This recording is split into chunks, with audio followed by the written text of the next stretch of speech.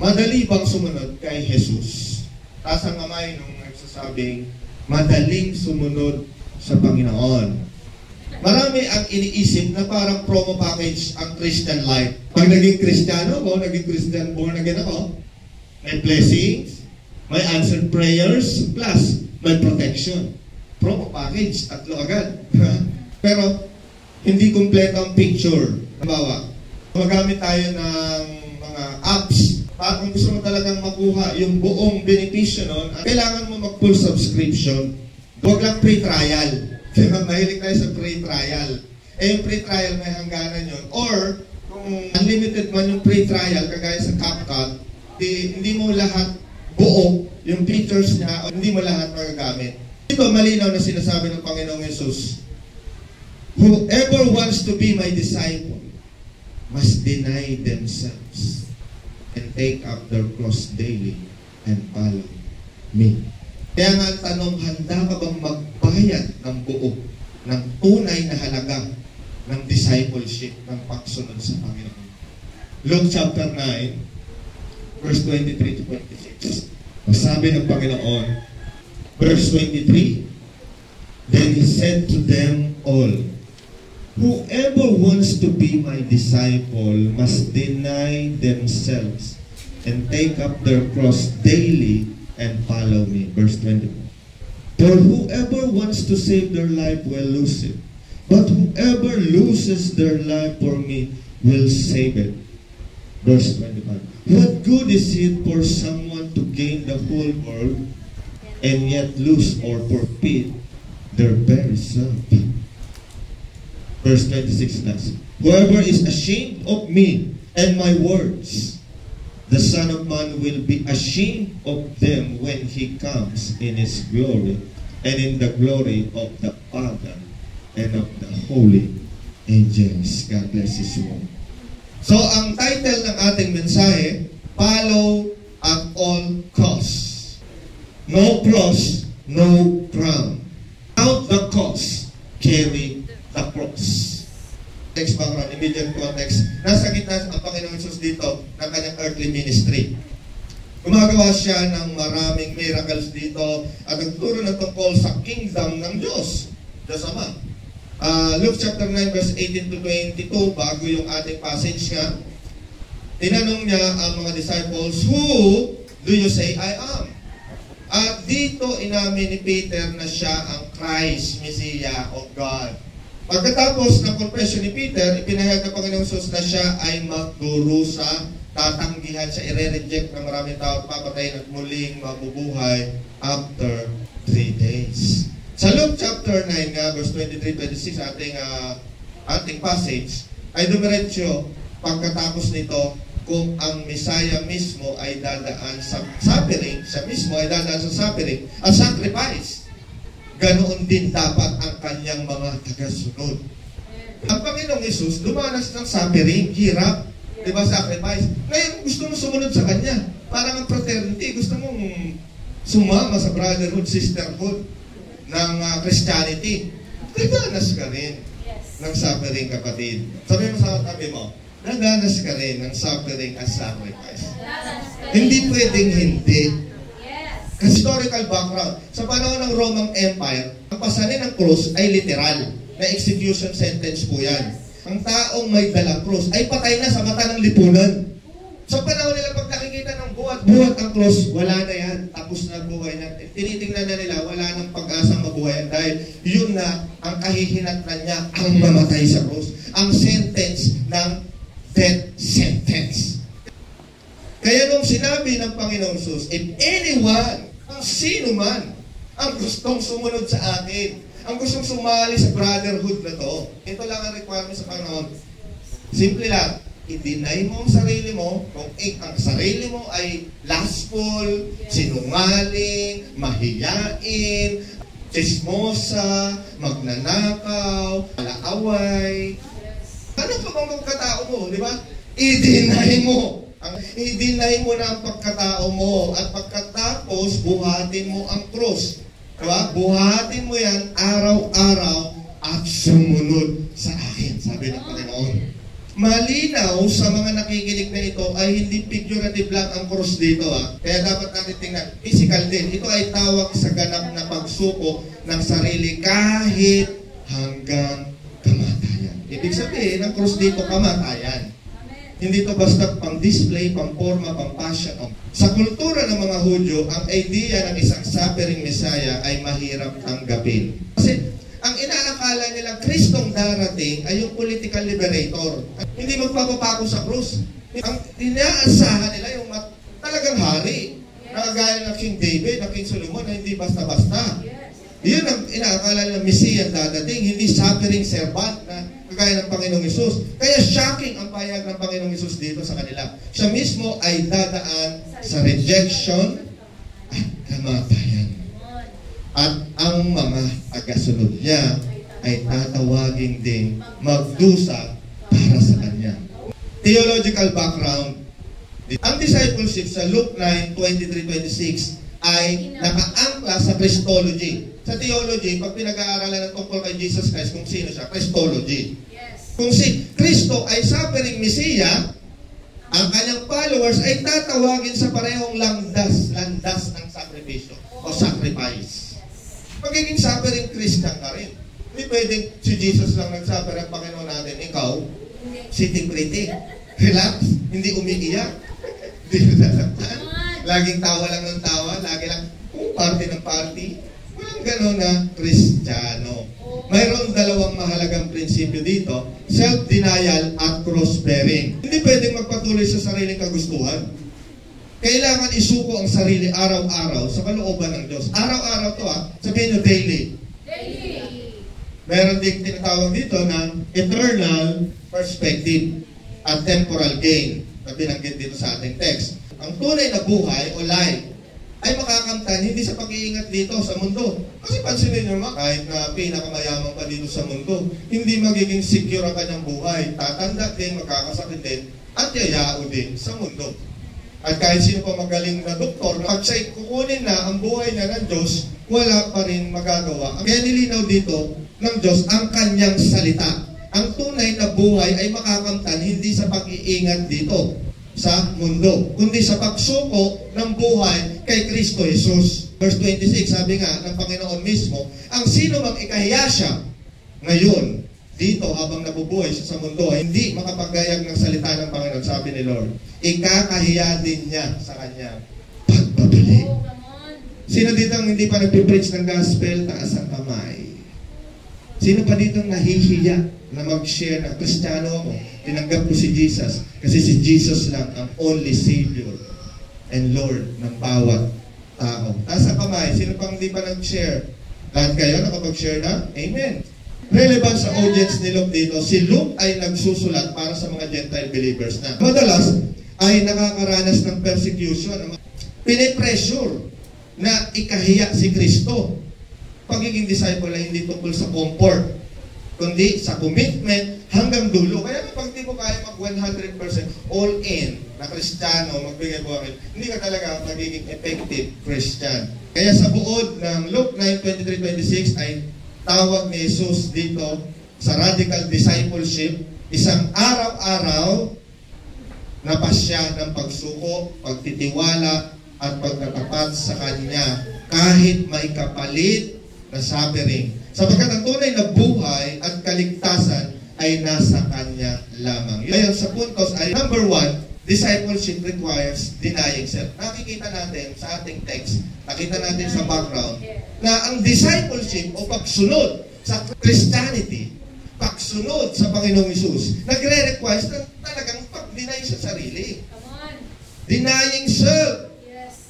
Hindi lang ito self-improvement. Opo, totoo, kapag nag-Kristiyano ka, nag-i-improve ka, mas lalo kang gumagwapo, lalo kang gumaganda, lalo kang nagiging malinis, pang loob at pang labas. Nag-i-improve ka pag Kristiyano, totoo po yan. Pero tandaan po natin, hindi lang self-improvement. Ano daw?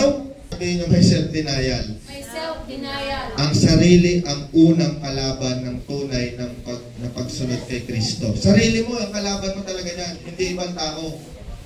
Parang diet yan. Hindi pwedeng kainin lahat ng gusto Kung gusto mong maging healthy, maging maganda ang katawan mo at talagang healthy, gusto mong gumanda katawan mo, gusto mong maalis yung mga fats mo, kain ka lang ang kain ng mataba at sobrang kanin. Tapos kulang mag-exercise. Pero lagi mo bukami, gusto ko talaga yan. Idol ko talaga to. Gusto kong ganyan din, maganda katawan. Eh, kung naman pagka, nandiyan yung pagkain, basta ako, kakain ako. Wala akong pakialam. Wala kayo, walang diet sa akin. Tapos magtataka ka, hindi kagaya kami. Pero gusto ko talaga yung katawan na yan eh. Wala talaga. Hindi pwedeng ganon. Sa Christian life, hindi rin pwedeng ganon. Ay mga bagay tayong iiwan para kay Kristo. Meron talaga. Hindi pwedeng wala kang iiwan. Hindi pwedeng wala kang isa-sacrifice. Yes. Ano ang mga sarili kong gusto na kailangan isuko kay Kristo? Lista nyo. Tanungin ko kayo mamaya. Kaya ang prayer, Lord, less of me. Less of me, more of you. Konti lang dapat sa'yo, pero dapat kay Lord. Deny talaga ang sarili. Dapat si Lord ang sundin mo, ang idolin mo, ang kopyahin mo. Kasi siya ang Panginoon mo. Number 2, discipleship requires carrying the cross. Sabi ng ating text, pag gusto mong sumunod sa Christianity, discipleship requires carrying the cross. Hindi ito tungkol sa maliit na problema lang. Ito'y simbolo ng sakripisyo at kamatayan. Verse 23, B. Ang cross ay hindi accessory. Sabi nga natin kanina, hindi siya pang passion lang o basta-basta simbolo lang, kundi execution tool. Nakita natin sa background kanina. Ang cross, pag may dala-dala ang cross, tinitingnan ka ng patay. Ibig sabihin na, tinitingnan ka na ng lipo ng patay. Kaya tama lang, kapag ako nga noon, sinasabihan ng college ko, may sarili daw akong mundo. Tama lang sabihan ka, may sarili ka ng mundo. Kasi hindi ka na yung palamura, kagaya nila, mga taklesa, di ba? Eh, Christian ka na eh. Meron ka na talagang pagkakaiba eh. So parang ang tingin nila sa'yo, parang kang patay na. May sarili ka ng mundo. May daily commitment ang Christianity, hindi one-time event. Hindi one-time event na ngayon ka lang nagsisi, ngayong araw na to, nung nakaraang araw noong taong 2024, last Sunday, hindi doon ang Christianity. Yes. Araw-araw. Daily commitment. Kaya maraming Kristiyanong nababackslide kasi nakalimutan ang Christianity daily.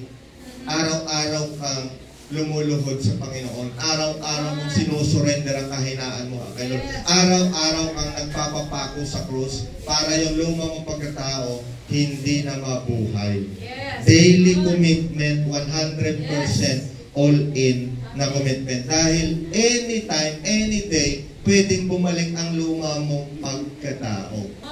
Once na kinalimutan mong i-welcome, manguna, mag-lead sa araw mo na yon ang Panginoong Jesus. Application, expect hardship, opposition, and sacrifice. Expect mo na yan pag talagang sumusunod ka sa Panginoon. Kasi nga, patay ka na sa paningin niya, iba ka na eh. Yes. Alam mo, parang kang zombie, parang kang patay.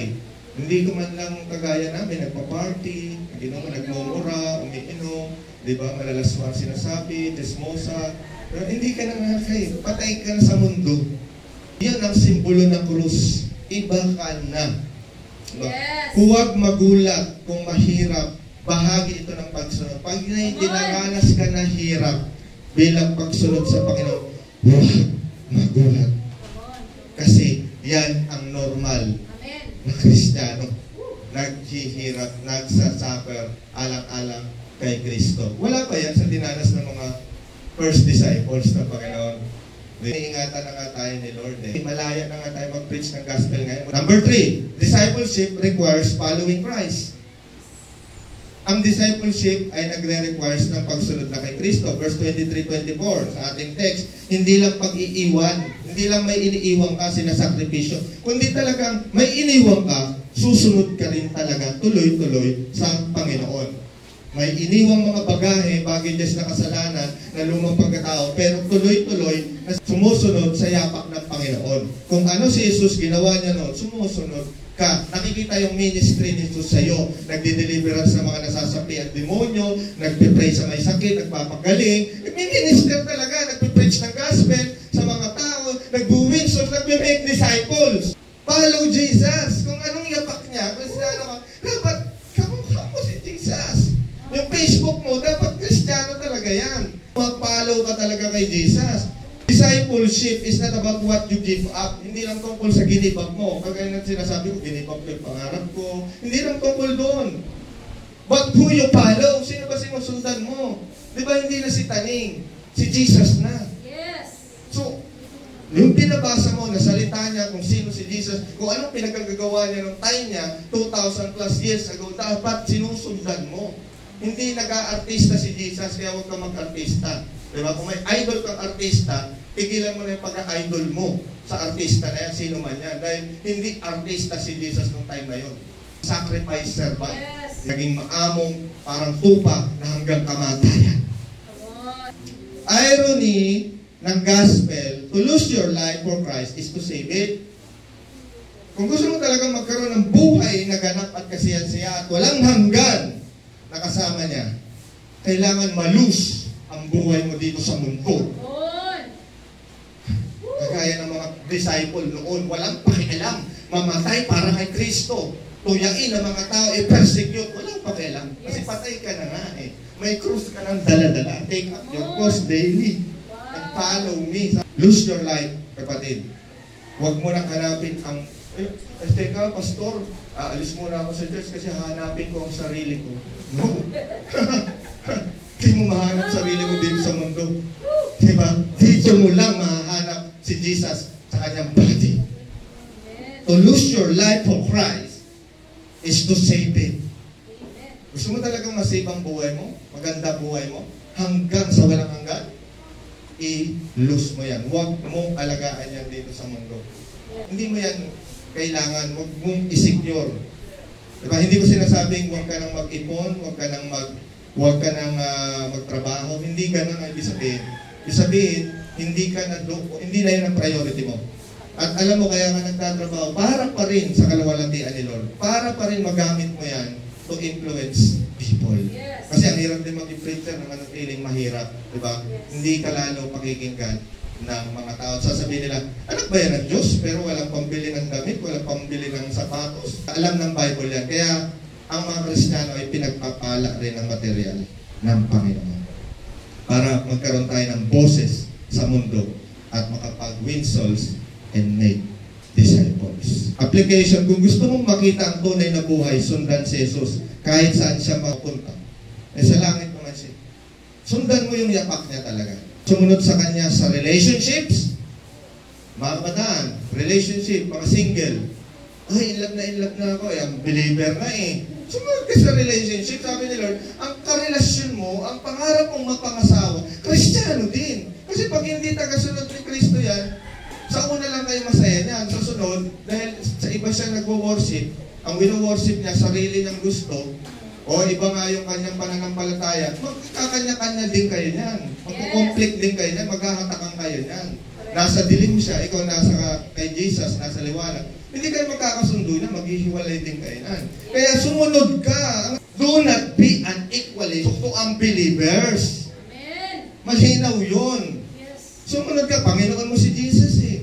Relationship sa pamilya. Huwag kang familiarity. Huwag yung sawang-sawa na ako sa mga anak ko, sawang-sawa na ako sa mga magulang ko, sawang-sawa na ako sa asawa ko. Pinakasalan na asawa ko. Hindi napipili ang magulang, hindi napipili ang anak. Walang takwilan. Hindi pwede. Ang takwilan, kalooban ng diablo yan. Yes. Huwag kang magsawa. Pag nakaramdam ka ng pagsasawa sa pamilya mo, luhod na. Iyak na sa Panginoon. Ibabalik ni Lord yung pag-ibig personal. Kasi pag hindi mo kayang yakapin, mahalin, sabihin mahal mo sa buhay kapag napupuspos ka na ng mundo ng diablo. Pero pag napuspos ka ng Espiritu ni Lord, kahit hindi kayo pinalaki ng magulang mo, na nagsasalita ng I love you ma, I love you na, hindi ka nakakarinig na. Magkakaroon ka na. Hindi kayo nagkakaroon ng pagbatik ng pagyayakapan, holy kiss, magkakaroon ka yan. Pag napuspos ka ng Espiritu. Amen! Amen! Palakpakan natin si Lord. Hallelujah! Sa trabaho. Diba?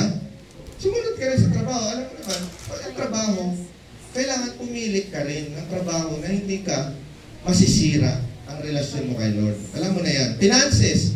Sumunod ka. Panginoon mo sila.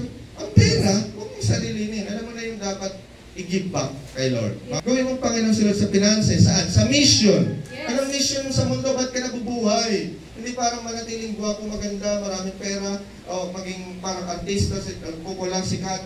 Hindi yun ang mission natin dito sa mundo. But to preach the gospel, win souls and make disciples, to glorify Jesus, to advance His kingdom. Yan po ang mission po natin. Last, number 4 point. Discipleship requires counting the eternal value. Verse 25-26, what good is it for someone to gain the whole world? Ano pakinabang mo? Makamit mo man ang buong yaman, ang buong mundo, ikaw nang may-ari, and yet lose or forfeit their very self. Alam mo, sabi nga yung mga antichrist na mga mayayaman sa buong mundo, gustong kamtin lahat ng kayamanan sa mundo. Pero sabi ni Lord sa kanila, wala kayong mapapala. Makamit nyo man, maging Panginoon man kayo ng buong mundo, ang buong kayamanan nasa inyo man. Anong papala nyo? Kung yung buhay nyo naman walang relasyon sa akin, sabi ni Lord, wala kayong mapapala. Whoever is ashamed of me, verse 26, whoever is ashamed of me, ang kinakahiya siya, ang kanyang mga salita, kinakahiya, the Son of Man, sabi ni Lord, siya ay the Son of Man din, ikakahiya din niya kapag siya'y dumating na. Babalik si Jesus anytime. Pwedeng mamaya, pwedeng bukas. Pero parang isang magnanakaw na walang makapaghahat, hindi ready. Yung biglaan ang pagbabalik ni Jesus, sabi ng salita niya. Kaya, dapat naabutan tayo na ganito. Nasa gawain, nag-preach ng gospel, nag-win souls, hindi nahihiya na magsalita tungkol kay Jesus, ng tungkol sa kanyang salita. Kasi ang tao, kapag puspos ng mundo, pag sabihin mo, mag-share ka nga, sino si Jesus? Mag-share ka nga ng Word of God. Hindi yan magano. Sabihin mo, mag-pray ka nga, hindi yan, mahihiya yan, ituturo ka na. Hindi, meron ditong mas Christian sa akin magtuturo yan, nahihiya yan. Pero tandaan natin, kapag ikaw Kristiyano kang lalo matagal ka Kristiyano, mahihain ka pa rin, pinag-lead ka, mag-pray ka, hiyang-hiya ka pa rin. Kinahihiya mo ng Kristiyano, kinahihiya mo si Jesus, ikakahiya ka rin ng Panginoon. Napakalinaw po yan, literal po yan, na ikakahiya ka rin. Anong silbi kung makuha mo ang buong mundo pero mawawala ang kaluluwa mo? Eternal perspective ang kailangan. Following Christ may look costly. Kaya yun po ang presyo. Yun po ang cost ng pagsunod sa Panginoong Hesus. Hindi madali talaga ang pagsunod sa Panginoong Hesus. Hindi madali. But it is worth in eternity. Pag sinubscribe mo ang full subscription ng pagiging Kristiyano, tinodo mo ang ang full benefits ni naman ito ay walang hanggang reward. Crown, cross, binubuhat mo lagi araw-araw ang cross mo, equal crown. Eternal crown, walang hanggang reward sa Panginoon. Conclusion, discipleship is costly. Hindi madali. But the cost of not following Christ is greater. Tandaan natin, kung pinili mo naman na hindi na sumunod kay Lord, yung cost din na pagpili mo na hindi pagsunod sa Panginoon ay mas malaki po ang cost. Kasi biruin mo, impyerno, walang hanggan din na pagdurusa sa impyerno. Yun ang cost, yun ang halaga. Walang hanggan na yun. Nakasama mo ang diablo, si Satan sa impyerno. Iiyak ng walang hanggan. Magdurusa, hindi basta iyak. Pagdurusa, walang hanggan. No cross, no crown. Ang tunay na pagsunod ay may sakripisyo, pero may kasamang walang hanggang gantimpala. Amen. Tayo. Pray. Worship God, worship Jesus. Am I willing to deny myself? Tanungin natin, ako ba'y talagang willing na i-deny ang sarili ko? O hanggang ngayon, carnal Christian pa rin ako. Hindi ko pa rin dinideny ang sarili ko. Hanggang ngayon, kaya ko lang ibigay na porsyento kay Lord ay 40%. Hanggang ngayon, 50%. 70%. Pero Lord, saka na ako mag-all in. Anong aantayin mo kapatid? Pag bumalik na si Lord, at hindi ka makasama sa rapture, saka mo sabi, Lord, naiwan ako sa rapture. Ngayon, all in na talaga ako. Lord, magpipreach na ako ng gospel, mag-share na ako. Hindi na ako absent every Sunday, magdi-devotion na ako. Kung kailan bumalik na si Lord? Kung kailan nag-rapture na si Lord? Ni-rapture na ang mga faithful na Kristiyano, saka ka mag-all in? Lord, hindi na ako makikipag-sex sa hindi ko asawa. Kung kailan bumalik na si Lord, saka ka, Lord, mag-pure na ako. Reflect this word. Una, di ba, deny yourself. Yun ang requirement. Willing ba talaga ako makasama sa brotherhood, sisterhood ng Christianity, pag-follow kay Jesus? Am I willing to deny myself? Carry my cross, sabi ni Lord, and follow me daily. presence of God. Ini-encourage tayo ni Lord, lalo na po yung mga bagong Kristiyano. Hindi po pwedeng i-sugarcoat ang salita ng Diyos. Kailangan matuto po tayong lahat na magsakripisyo. May i-give up sa buhay na, may isusunod. Pero ang pagsunod, may kalakip na tunay na kalayaan, ganap at kasiyasayang buhay, kaligtasan, walang hanggan sa Panginoon. Ngayon lang yan ang sakripisyo. Whether we live for Christ or to die for Christ, basta para kay Kristo ang buhay na ito, may reward yan. Kaya kapatid, yung tanong sa iyo ni Lord, pakinggan mo ang salita ni Jesus, gusto mo ba talagang sumunod sa akin? Gusto mo ba talagang maging followers ko? Gusto mo ba talagang maging Kristiyanong lehitimo? Gusto mo ba talaga? Ano mang pangalan mo? Kinakausap ka ni Lord. Sinasabi sa iyo ni Lord, gusto mo ba talaga? Hindi madali. Mag-full subscribe ka. Bayaran mo ang sakripisyo at suffering kamukha mo. Hindi nagmamahal sa buhay dito sa mundo. Hallelujah, hallelujah, hallelujah. Feel the presence of God. Feel the presence. Pakinggan mo ang boses niya, Lord. Kapatid, hindi ka narito para manatiling batang Kristiyano. Gusto ni Lord mag-mature ka. All in. Walang tinitira. 100% na po. Nag-aalay ng buhay. Hindi takot. Hindi nahihiya. Mamatay o mabuhay. Back kay Kristo. Hindi takot mawala ang anumang alayawan, pleasure dito sa mundo. Alang-alang kay Kristo.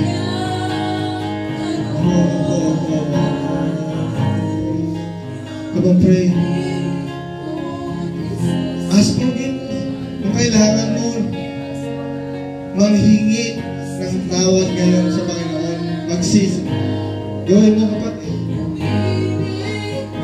Repent.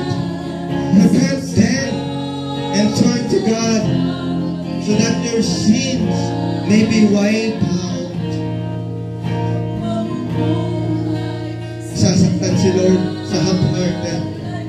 Masasaktan si Lord sa bawat pagpili natin na sundin ang kalooban natin kaysa sa kalooban niya. Uhaw na si Lord sa totoong at buong pagsupok ng buong isip, buong puso, buong kalakasan. Dahil sa kanya naman yung lakas. Uhaw si Lord sa buong buo na pagsunod natin sa kanya.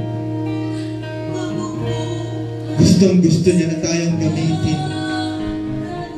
Gustong-gusto niya na tayong gamitin dahil napakaraming buhay na kaluluwa na papunta sa impyerno. Na ang sinusunod si Satan na papunta. Kailan ka magsusuko ng buhay? Kailan ka magpapatraining? Kailan ka magpapakumbaba? Ito ang pangungusap ka. Father God, maraming po salamat sa message. Napakalinaw po ng message, ng pangungusap, ng calling nyo sa bawat isa sa amin. Hindi lang ang calling mo para sa mga tinawag mong magpastor, mag-worship leaders, maging servant leaders dito, mga deacons, deaconess sa church, kundi sa lahat na Kristiyano, sa lahat ng member, bawat member ng body of Christ, local churchman, to whole church o universal church mo, Panginoon. Lahat kami tinawag mo na maging radical disciples. Disciples na matured, nagbubunga, nagme-make disciples. napatay na sa mundong ito. Bit araw-araw ang cross. At tinitingnan na ng mundo na may sariling mundo. Nagsasakripisyo, gini-give up ang bawat bagay na humahadlang para makasunod sa yapak. Nag-give up at tuloy-tuloy sumusunod sa yapak. Aming Diyos. Banal na Espiritu, ikaw ang nagbabago, nagpapalakas. Kaya allow yung Holy Spirit. Tumilos ka sa bawat puso ng mga kapatid. Anumang mga bagay na dapat nilang isuko, mga gusto nila pero dapat nilang i-give up, isuko sa iyo, Lord, dahil hindi mo kalooban. Bigyan mo po ng kalakasan na maisukop sa iyo. Simula ngayon, O God, sa mga nakarinig ng salita mo ngayon. Thank you, Lord, all this, God. In Jesus' name we pray. Natin magsabi na, Amen.